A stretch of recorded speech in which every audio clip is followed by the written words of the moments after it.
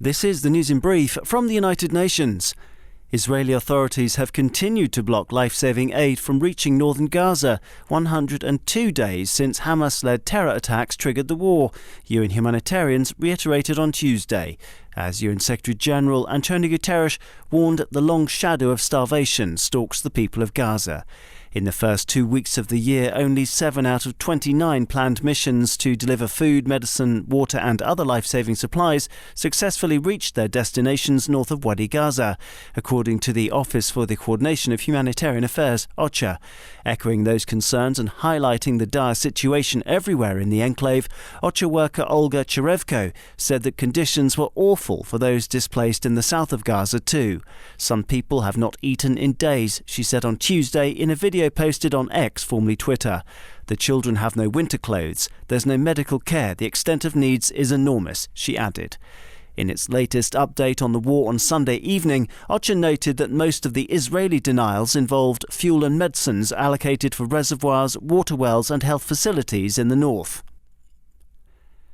To Sudan now, and a call on Tuesday from the UN's human rights chief Volker Turk to the warring parties there to lay down their weapons immediately. It's been 9 months since heavy fighting erupted between the Sudanese armed forces and the paramilitary rapid support forces, and more than 7.4 million have been displaced inside the country.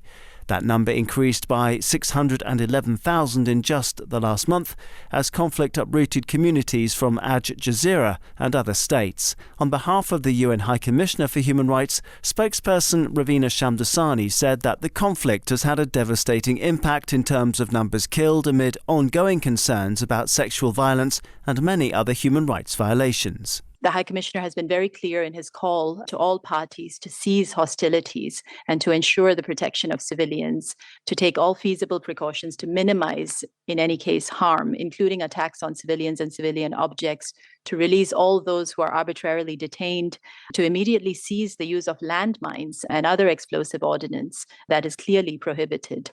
Humanitarians have expressed alarm that the fighting has extended into eastern and central Sudan, as these are the country's main crop-producing regions. Insecurity, looting, bureaucratic impediments, poor network and phone connectivity, lack of cash and limited technical and humanitarian staff are affecting the delivery of aid, said Coordination Office OCHA. Societies are losing the battle against e-cigarettes, whose use by children is now a huge and alarming trend. The UN World Health Organization, or WHO, said on Tuesday, in a call for concrete measures by governments to take far more restrictive measures against the tobacco industry, the WHO warned that there has been a double-digit increase in e-cigarette use in many countries in the last 4 to 5 years because of lax regulation. Up to 95% of e-cigarettes can be adjusted to deliver more nicotine to users, said WHO's Dr. Rüdiger Krech.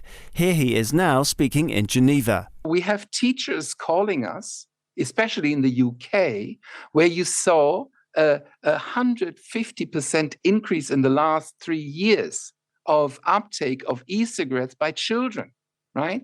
So they call us to say children cannot stay a whole 45-minute lesson anymore because they need to step out to get, e-cigarettes. The WHO official maintained that the tobacco industry's sale tactic was to swamp the market with up to 3,000 new devices every month, something that no regulatory authority in the world could deal with because you need to regulate them one by one, Dr. Krech said. He also warned that Africa was now the tobacco industry's target continent and that it was promoting tobacco growing there to get young people hooked on nicotine.